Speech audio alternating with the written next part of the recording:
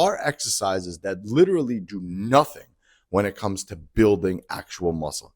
These exercises, I've been training for over 20 years, and these exercises have done diddly squat for me. And I'm going to explain each one, and I'll also give you an alternative to it, and I'll explain why. So first movement, push-ups. Now listen, I'm going to get a lot of flack for this because I did last time I made a video about this. Push-ups are a good movement. Not saying they're not, but to a certain point. If you have access to a gym or if you have access to free weights, push-ups are going to be a limiting factor because the limiting factor is your body weight. Once you're able to do a set of 20, 30 push-ups in a row, you really kind of maxed out the benefit to push-ups. And you'd be better off spending that time doing something else. And a good alternative to push-ups is heavy-weighted dips. It's a great alternative. So if you like to do push-ups at the end to burn out your pecs, switch it to dips and watch what happens.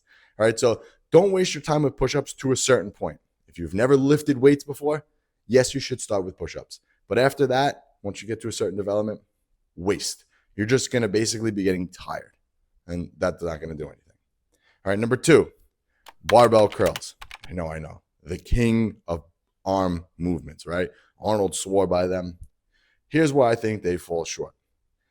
If you have lagging arms, you're locking your arms into a fixed position, both, right? Now, what happens is because your arms are weaker, you're trying to overload it. So you're trying to add more weight. What happens is you start heaving the weight. You start utilizing other muscles other than your biceps. Your shoulders take into play, your lower back, you start swinging. It's not a strict movement. So by locking your barbells in, each arm is not working independently when it comes to growing your biceps.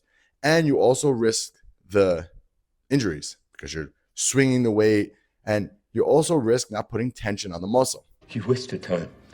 And as we know, tension is key to growing certain muscles. So if you want to grow your biceps, you have to put constant tension on them. So what I like instead is a dumbbell incline because, again, it locks those arms in position. It's a much more stricter movement. Or my personal favorite, the one-arm dumbbell preacher done off an incline bench. When you do it off an incline bench, it's a mix between a preacher curl and a mix between a concentration curl. So you get the best of both worlds there. A lot of tension on the biceps, but also you're going to be strict and locked in, and each bicep is going to actually be doing the work. So I think your time is better spent doing something like that versus a barbell curl. Next movement. This one was tough for me because I actually like to do this movement. It's one of those movements that I like to do. Standing overhead press. I like to do them. It's just like a manly exercise to just go in there, grab the barbell, rip it up overhead. But as when it comes to development, a standing overhead press, not ideal when it comes to growing your shoulders or actually for any development period. When I was doing them, I was competing in powerlifting and I didn't even see any strength carry over to doing them. They're massively hard movement. I think they are good for posture and things like that. Massively hard movement, but hard doesn't always equal results. This is really heavy. And again, when we're trying to grow your shoulders in this case, we got to look at something that's going to put constant tension on the delts. So in this case, you're probably better off doing lateral raises, cable lateral raises, shoulder presses, machine shoulder presses, dumbbell shoulder presses, something where you're very, very stable and you're able to keep tension on the delts. Standing overhead press, you're not really stable. Your body's got to stabilize you. It's a hard movement. It's definitely a hard movement. But when it comes to development, it's subpar. Number 4, this should really be called an ego press, but a leg press. So many guys, I see this all the time. Oh, I leg press 800 pounds. I leg press 600 pounds. And their legs are sticks. And the leg press is literally that, an ego press. How many people do you see in the gym? They load up the leg press and they come down like 4 inches and then they press it back up. It's ridiculous. It's a waste. When it comes to growing your quads, skip doing a leg press. There is no reason for it. I have pretty big quads and I've done leg presses in the past. And when I would do them, just naturally, when I was younger, I would do leg press all the time because you had to do them. And I was like, this movement's stupid. I'm not getting anything out of this. My quads burn way more when I do hack squats. Or I get way more strength when I do barbell squats. So instead of doing the leg press, focus instead on hack squats. It's going to put more tension on the quads, and it's a lot more of a stricter movement. Again, like I told you, the key here to building muscle, tension on the muscle. Don't just move weight from point A to point B. You're not a weightlifter.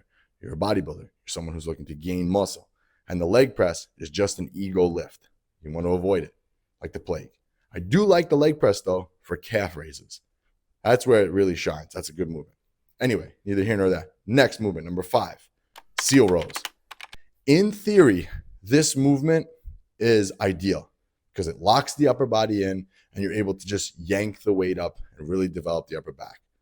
But there's something about this movement, and I've done these so many times. I've done pendulum rows, I've done seal rows, I've done all types of rows like that. When it comes to development, it's just subpar to everything else. And it seems like it's not worth it. I'd rather use a hammer strength row or a cable row set up high. I get way more out of that. I can squeeze my upper back a lot better. When I do a seal row, I'm really limited to how much weight I can move, which you might think might be a good thing in this case. But because I'm severely limited to how much weight I can use because it's a lot harder, the development is just not there at all. You pull it up. Yes, you can squeeze. It's just not worth it. It's really not worth it. Once you've done these for a little bit of time, you start to realize what I'm talking about. This development is not there. Even if you did dumbbell, like an off an incline, like a braced row, those are way better than a seal row. There's something about the weight with the barbell. It's just not a good movement at all. Seal rows, toss them in the garbage, do a hammer strength row instead, and you'll get way more development out of that. The next one's for triceps. And this was an old school classic, bench dips. Bench dips, I used to do them. I used to do 4 or 5 plates. The problem with bench dips, similar to push-ups, you're very limited. You can only load a certain amount of plate. You have to get someone next to you. Hey, can you load the plates up? And when you do bench dips, you're actually recruiting a lot more shoulders in there. So arguably, are you better off doing like a close grip bench press in this case? Because you can load the weight by yourself. It's much more stable. You're not risking real injury doing that. You don't have to load plates on your lap and possibly clip your friend downstairs. And when you do a close grip bench press, you're able to kind of push more with the triceps. Bench dips are a great movement to like burn out at the end if you wanted to do them. But again, just because the overload factor with them, they fall into that same category as push-ups. You're just going to get tired for no reason. It's not going to help really with development. You're better off doing like a press down or other movements that I talked about in order to develop bigger triceps. Number 7, barbell shrugs. I used to do these all the time, but when your goal is to grow humongous traps and thick, meaty traps that touch your ears like Bane in Batman, well, you need to follow the fibers. Now, when you have a barbell in front of you, your fibers of your traps, they don't go up and down. They go more from your shoulder joint all the way to your neck. So they kind of go sideways like this. So in order to actually hit those fibers effectively, you need to be in a neutral position. Problem is, you're limited by dumbbells because you can only hold a certain amount. That's why I like doing trap bar shrugs, or my personal favorite is a machine neutral grip shrug. You grab the machine neutral grip and you pull up and down. You're moving in that fiber window where the fibers move. You're following those fibers. And since I started doing that, I've gotten way more development out of my traps. Versus when I do the barbell shrug, I'm just heaving around heavy weight, and it actually puts a lot of torque on your lower back because the weight's in front of you. And again, like I said, because traps respond to heavy weight, you have to really load up a barbell. And again, you're just risking your lower back. Like I just talked about, tension on the muscles, king. So instead of doing a barbell shrug, think about doing something neutral instead and really focusing on putting tension on those shrugs, on that traps. And number 8, now this one, in theory, should really, really work. And this one has benefits. It's really good for your posture. And if you're someone who sits in front of a computer all day, I definitely recommend doing this. It's probably a good warm-up movement. But as far as muscle development goes, throw this one in the garbage too. Face pulls. Now, in theory, when you do a face pull, it's supposed to be very similar to a back double bicep. So every time you're doing it, you're squeezing and you're flexing in that position. Problem is, nothing actually gets hit when you do that. I think, again, it's one of those things to a certain point. Once you develop muscles to a certain strength level, there's no carryover here for face pulls. So instead, you're better off breaking up that area and doing a cable rear delt pull apart. I like those a lot.